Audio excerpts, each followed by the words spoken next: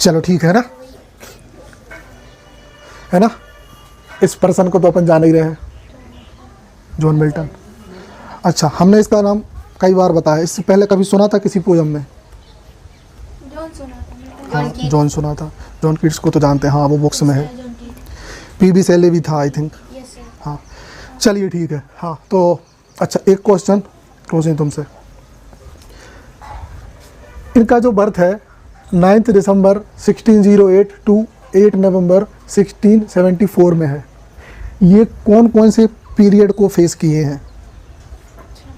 एक general question, शुरुआत question से होती है तो मज़ा आता है अच्छे से। तुम भी बता सकती हो, तुम तो थी ही क्लास में। हाँ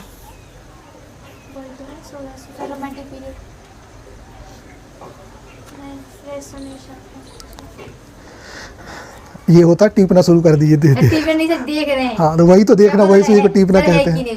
हाँ मतलब अपन ऐसे ऐसे बोले जैसे उस क्लास में ना थे ना क्लास में। सर यही कही तो जैकोबियन, कुछ याद आ रहा है? जैकोबियन और कैरोलिन, हाँ कॉमनवेल्थ, कुछ याद आ रहा है? हाँ तो इनका जो जन्म हुआ था, एक पीरियड था 1603 से 1625, कौन सा था? 1603 से 1625। हाँ वो था सर जैकोबियन। हाँ, और 1625 से 1649 तक कैरोलिन पीरियड। हाँ, और 1649 से 1660 तक 60 था या 69 तक, इतना कॉमनवेल्थ है ना। ये 3 पीरियड आ रहा है इसके बीच में, तो ये हमें ऐसे इंटरकनेक्ट करके चलना है। लिटरेचर को भी समझना है कि इससे पता चलता है ये भैया कौन सी पीरियड को बिलोंग करेंगे।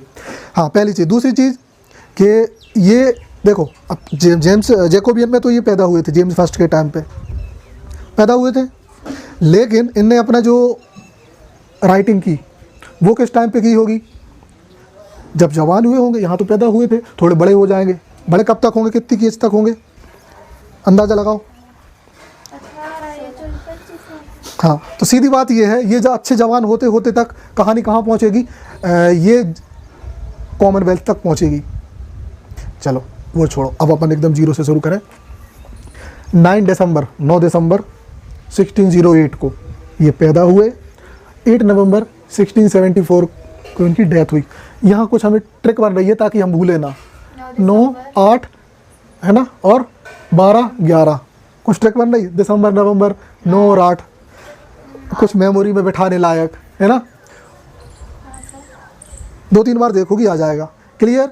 चलो ओके, क्योंकि याद भी करना है इसलिए ट्रिक्स भी बताते जा रहे हैं। चलो देखो, देखें, an English poet and intellectual who wrote in English, Latin, Greek and Italian. कितनी भाषाओं में लिखा है इनने?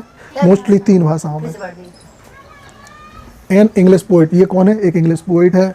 एंड इंटेलेक्चुअल, एक इंटेलेक्चुअल मतलब होता है इंटेलिजेंट व्यक्ति, एक सलाहकार किस्म का व्यक्ति, या एक जो चीज़ों पे तर्क वितर्क करना जानता है।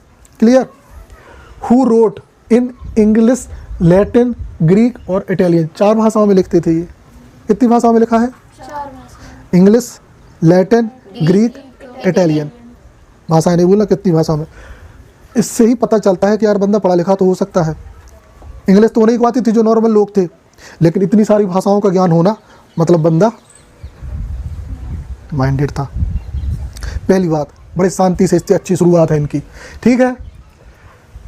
इंट्रोड्यूस न्यू वर्ड्स, पढ़ा लिखा है, होशियार है, तो खुद कुछ नए वर्ड्स डिक्शनरी में ऐड करेगा, मतलब डिक्शनरी को बिल्डअप करेगा। डिक्शनरी को पूरी नहीं बना रहा, ये नए नए वर्ड निकाल के ला रहा है। जैसे कोई फीलिंग है, उसके लिए एक वर्ड दिया, और वर्ड ऐसे नहीं कुछ भी दे देते हैं, उसका एक अलग से वो होता है ना, उसकी प्रिपरेशन होती है। वर्ड पता करना मतलब ऐसा नहीं कि कछु भी, कि जैसे अपने लिए मान लो कि ये गेट दिख रहा, अपन ने इसको कछु भी बोल दिया है ना, खेटा मेटा कछु भी बोल दिया, ऐसे नहीं। या बोर्ड है, अपन ने बोर्ड कछु भी नाम, ऐसे नहीं होते था वर्ड, एक साइंस होती है उसकी।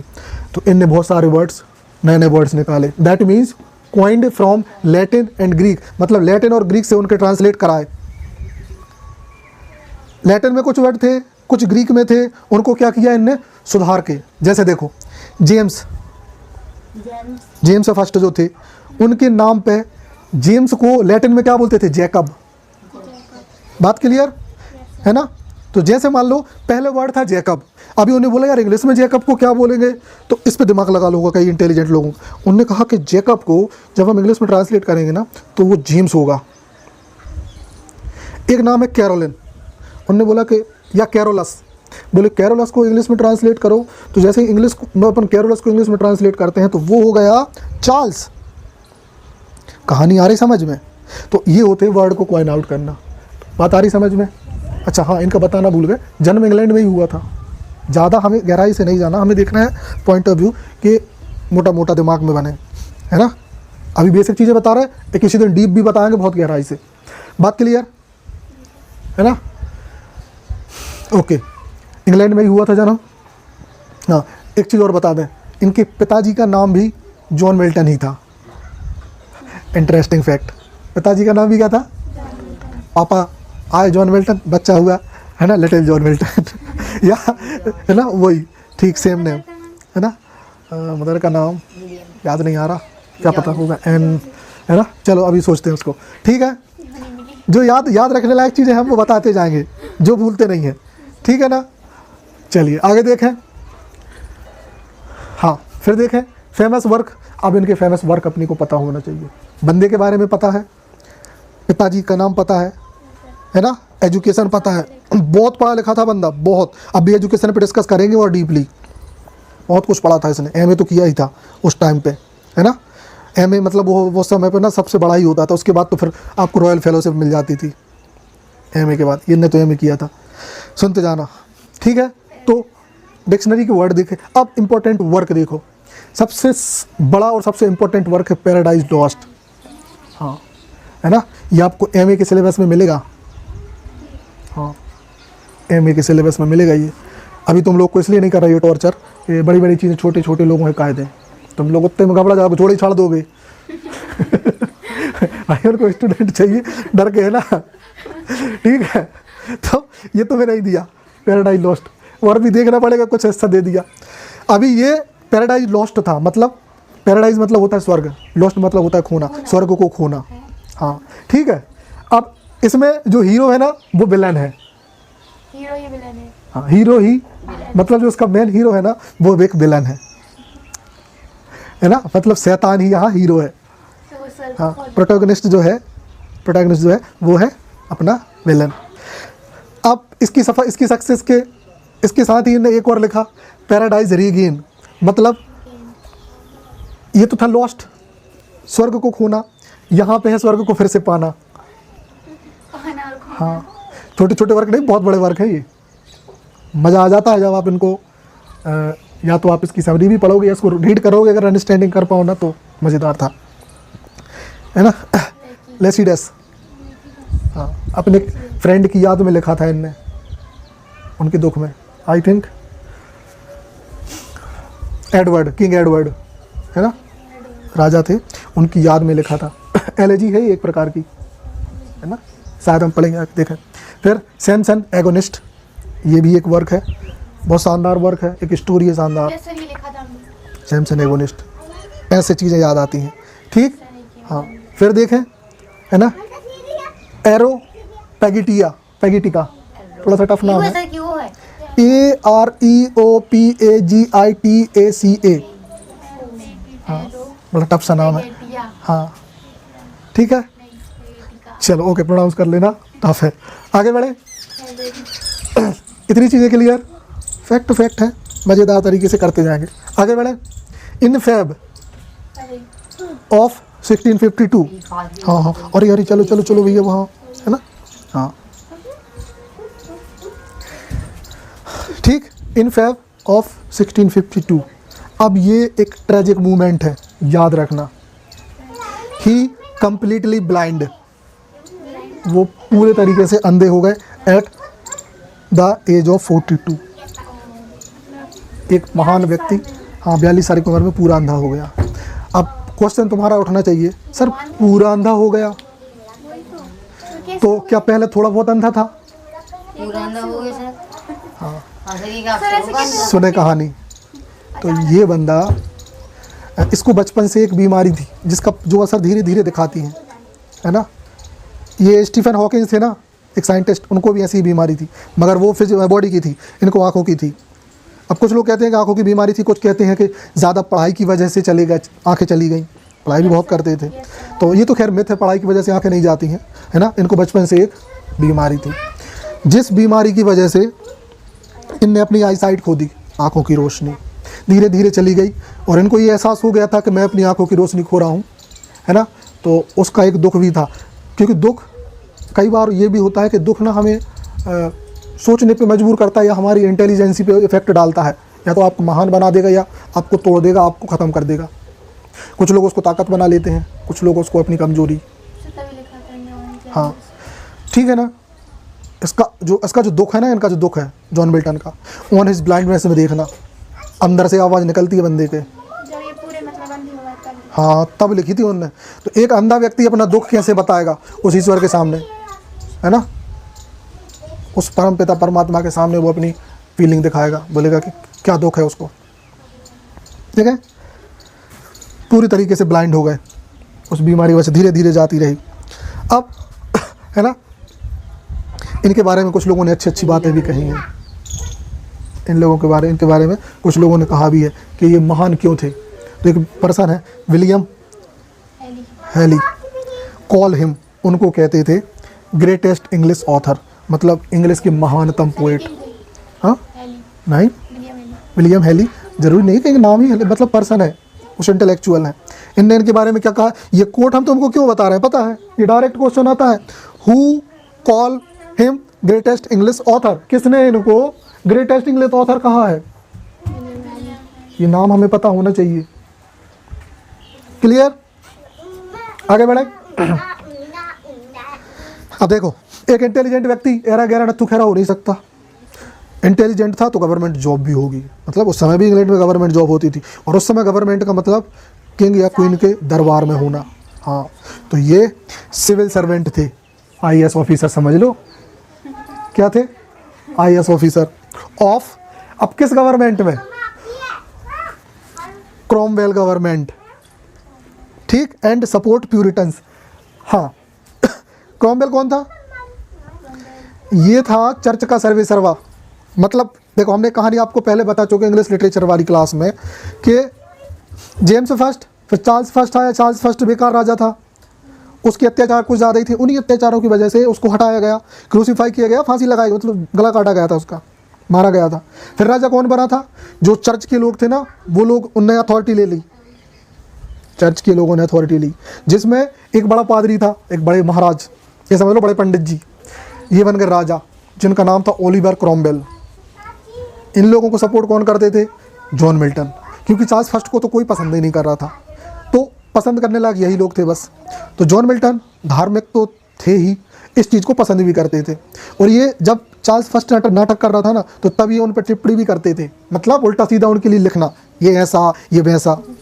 हाँ, लिखते लिखते जैसे उस राजा को क्रूसीफाई किया गया, तो राज दरबार जो होगा, तो वहाँ पे जगह किसको मिलेंगी, जो इंटेलिजेंट लोग होंगे और जो किसको सपोर्ट कर रहे होंगे, क्रॉमवेल गवर्नमेंट को। क्रॉमवेल नाम याद रखना, ये नामों का बड़ा खेल है, हम इसलिए बार बार नाम प्रोनाउंस कर रहे हैं, है ना। क्रॉमवेल गवर्नमेंट को सपोर्ट किए, किसको, ओलिवर क्रॉमवेल, पूरा नाम लिखते लिखते मिल जाएगा तुम्हें, है ना।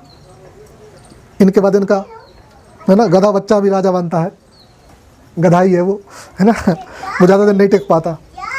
चलो ठीक, ठीक है ना, समझ गए। और सपोर्ट प्यूरिटन्स, मतलब प्यूरिटन्स मतलब वो लोग थे जो धार्मिक प्रवृत्ति के थे। जैसे ही चार्ल्स फर्स्ट को मारा था ना, इंग्लैंड में सारी चीज़ें बंद कर दी थी, एंटरटेनमेंट वाली, नाच गाना संगीत मनोरंजन कुछ नहीं होगा, सिर्फ प्रभु की भक्ति चलेगी। अरे फीलिंग समझ में क्रॉमवेल कैसा था, सोच के देखो। अगर इस दुनिया में सच में, अगर मान लो कि, हालांकि बोलना नहीं चाहिए पुजारियों का राज हो या सिर्फ आध्यात्मिक वाले लोगों का राज हो जाए ना, तो आप और हम पुजारी सुनते जाओ, आप और हम बोर हो जाएंगे। और हम जैसे बहुत सारे जो लोग ये जो चोचलों को पसंद करते हैं ना, ये डांस वांस, ये बेचारे सुसाइड कर लेंगे, है ना। तो इन चीज़ों से काम, मतलब सब चीज़ें ज़रूरी होती हैं, लेकिन इतने खतरनाक रूप में नहीं, जितने खतरनाक रूप में क्रॉमवेल ने शुरू किया। सारे थिएटर्स में ताले डालवा दिए, सारे एंटरटेनमेंट की, हाँ जो था सब बंद करा दिया, कोई भी गाना नहीं गाएगा, सिर्फ प्रभु के गीत चलेंगे। सोच के देखो, हाँ है ना, हंसी मजाक नहीं होगा, प्रभु की भक्ति होगी, हे परम पिता। कुछ ज़्यादा ही हो रहा है, इतनी भक्ति तो कोई सहन नहीं कर सकता। चलो ठीक है ना, ओके। मतलब अति हर चीज़ की खराब होती है। जो लोग ज़्यादा पसंद करते हैं ना भगवान भगवान, उन्हीं को अगर अपन उसमें डाल देना तो दूसरे दिन से कहेंगे कि निकालो, ठीक है ना। अति हर चीज़ की खराब होती है। चलिए, क्रॉमवेल ये प्लूटन्स को सपोर्ट करते थे, पहली चीज़, ठीक है। अब एक और छोटा सा इंसिडेंट है ना, इन्हीं की कहानी का। देखो इंटरेस्टिंग चीज़ें ऐड हो रही है। पहली चीज़, पापा का नाम भी सेम टू सेम। दूसरी चीज़, भैया हो गए अंधे 42 की एज में, है ना। तीसरी चीज़, इनके साथ एक स्टोरी थी। जब ये कॉलेज में पढ़ते थे तो इनके साथ ये था, ये बहुत सुंदर थे। हाँ ठीक है ना, एक सुंदर व्यक्ति और ऊपर से बाल बड़े बड़े हो गए। भाई इंग्लैंड में अपन ने देखा है। मैंने देखी थी ये वाली। सब गले में क्या लगाए थे ऐसे हाँ सब बताएंगे, सुनते जाना। बाल भी बड़े बड़े थे, है ना। जंगल। हाँ, ऊपर से थोड़े से दुबले पतले थे। साड़ी बस पहनाने की देर है। पूरी लड़की लगेगा या सलवार सूट पहना दो, ठीक है ना। तो इनको कॉलेज में, है ना, बोला जाता था lady of the Christ college, lady. ठीक है। जॉन, हाँ जॉन ऑब्रे ने अपनी जो बायोग्राफी है ना, आई थिंक ब्रीफ लाइफ ऐसा कुछ नाम है, हाँ उसमें इनको बोला lady of the Christ college. लिखा है जॉन का। जॉन ऑब्रे, हाँ ठीक है, lady of the Christ college. सुंदर सा बच्चा था। तो कोई भी कहेगा कि यार हाँ ठीक है ना, ऐसे ऐसे लोग होते हैं, दुबला पतला, पढ़ने का शौकीन, ठीक है ना। Lady of the Christ college, बात क्लियर। चलो फिर आगे देखें। हाँ ये बात हम बता चुके हैं कि इनने एक एलेजी लिखी थी लेसिडस नाम की, जो किसकी याद में लिखी थी। हाँ एलेजी मतलब होता है शोक गीत, जब अपना कोई खास मित्र, कोई दोस्त जिसकी डेथ हो जाए तो उसके दुख में लिखा गया गीत, शोक गीत, उसकी डेथ पे, उसके बिछड़ने पे, या कैसे भी हो, लेसिडस। तो अपने को तो अभी ये नहीं पढ़ना, ना अपने सिलेबस में है, साल नहीं है ये, है ना, बट ठीक होते हैं, इमोशनली अपने को ना वो करते हैं। चलो ठीक। फिर आफ्टर लॉस्ट, हाँ एक चीज़ सुनो पहले, इससे पहले, अब 42 की एज में अंधे हो गए, और सोचने की बात है कि उसके बाद ही इन्हें अपने महान वर्क लिखे। मोटिवेशन खतरनाक। एक अंधा व्यक्ति कैसे लिखता होगा, उस समय तो बेल भी नहीं थी, अब सोचो। तो बंदे ने महान वर्क, मतलब इसी को कहते हैं, मतलब सुपर नेचुरल पावर समझ लो। अंधे होने के बाद ही अपने महान वर्क लिखे, उससे पहले नहीं लिख पाया। ठीक, जैसे अपना ये पैराडाइज लॉस्ट तभी लिखा, ऑन हिज ब्लाइंडनेस वो भी तब लिखी, ये तभी लिखे, आ रहा समझ में। ये तो ये होती है महानता, अलग से एक, क्योंकि एक दूसरी दुनिया से कनेक्ट हो जाता है बंदा। फिर अनु वहाँ से दूटो, हाँ ठीक है ना। अब लेकिन हालांकि ये ऐसा था कि ये खुद नहीं लिखते थे, इनके रिलेटिव, इनकी फैमिली वाले इनमें मदद करते थे। बेटी हो गई है ना, और साथ में दोस्त वगैरह थे, ठीक है ना, तो वो मदद करते थे। तो एक बंदे का नाम आपने सुना होगा, एंड्रयू मार्वल, यस सर, है ना। After lost her eyesight, Andrew Marvell help him, इनने इनकी मदद की, बहुत सारे वर्क, दोस्त थे इनके। हाँ उनने उनकी मदद की उनके वर्क्स को लिखने में, क्योंकि ये बंदा बोल सकता है ना, ब्रेल लिपि थी और आंख जाने के बाद चीज़ें ख़त्म हो जाती हैं, लेकिन बंदा इमेजिन करना थोड़ी छोड़ सकता है। हाँ मनीषा अंधी होगी, रोशनी से वारी लिखवाना। पहला वो कहा था। ओके बताओ, सत्य वचन, ठीक है चलो। हाँ ठीक है, तो ये था। अब हाँ, अब इनकी एक और साइट इंग्लैंड है ना, तो इनकी बेसिकली 3 शादियाँ हुई, यस सर। ठीक है। कितनी शादी हुई? 3 शादियाँ। पहली पत्नी थी, हाँ, मैरी पॉवेल, सेकंड थी कैथरीन वुडकॉक, और थर्ड थी एलिजाबेथ, है ना, मेंसल। अभी यही है। सर तीनों के साथ में। हाँ अब क्वेश्चन बहुत सारे उठ गए, क्या तीनों के साथ में करी थी? है ना। अब बंदा स्मार्ट था सर वो तो स्मार्ट था, होने के बाद की थी कि पहले? नहीं पहले से ही शादियाँ शुरू हो गई थी। हुआ है कहाँ से? हाँ हाँ, तो अब वही तो कहानी बतानी है, ठीक है। अभी क्या थोड़ा रहा है, साथ में करी थी है ना। चलो, ऐसा नहीं था, है ना, ऐसा तो खैर संभव नहीं है। हाँ है ना। हाँ, बंदा गलत इंटेंशन का हो सकता है, अपनी भाषा में चुरकट कह ले तो वो तो नहीं पता खैर, लेकिन काम अच्छा किया तो लग तो नहीं रहा, है ना। तो बंदे ने पहली शादी की मैरी पॉवेल से, है ना, और 4 बच्चे हुए इनसे, है ना। फिर डिवोर्स हो गया। अब तो बच्चे कहाँ गए? हाँ, बच्चे अब बच्चे होंगे, बच्चे तो होंगे, फैमिली तो आज भी होगी। पूरी लड़की ही लेगी, हाँ लड़की। बस हाँ, अब क्या पता ले गई होगी शायद, जो भी था। अपने को तो पता है कि 4 बच्चे थे, याद रखने का थोड़ा बहुत, ठीक है, नाम याद रखना बस। जॉन मिल्टन का अच्छा हाँ। हाँ ठीक है। दूसरी चीज़ कैथरीन वुडकॉक, है ना, डेथ हो गई थी। डेथ हो गई। हाँ ठीक है। और फिर तीसरे नंबर पे एलिजाबेथ मिंसल, सर ये पहली बार से डिवोर्स हो गया? हाँ, है ना। इनसे भी शायद 2 बच्चे थे, है ना, और इनसे भी थे कुछ, मतलब पूरी फौज थी ठीक है। हाँ खैर, ये तो फिर भी कुछ नहीं है। एक बंदे के बारे में अपन पढ़ेंगे, नाम नहीं बता रहे अभी, है ना। कहते हैं उस बंदे के 200 से ज़्यादा अफेयर्स थे हाँ पैदा ही, ठीक है। तो ऐसे ऐसे महान, हाँ, शख्स है ना। हाँ, और शादियों में भी ऐसे लोगों ने रिकॉर्ड तोड़े हैं। नहीं, अरे इंडिया के, अपन इंग्लैंड की बता रहे हैं लिटरेचर, आसान थोड़ी ना है, ठीक है ना।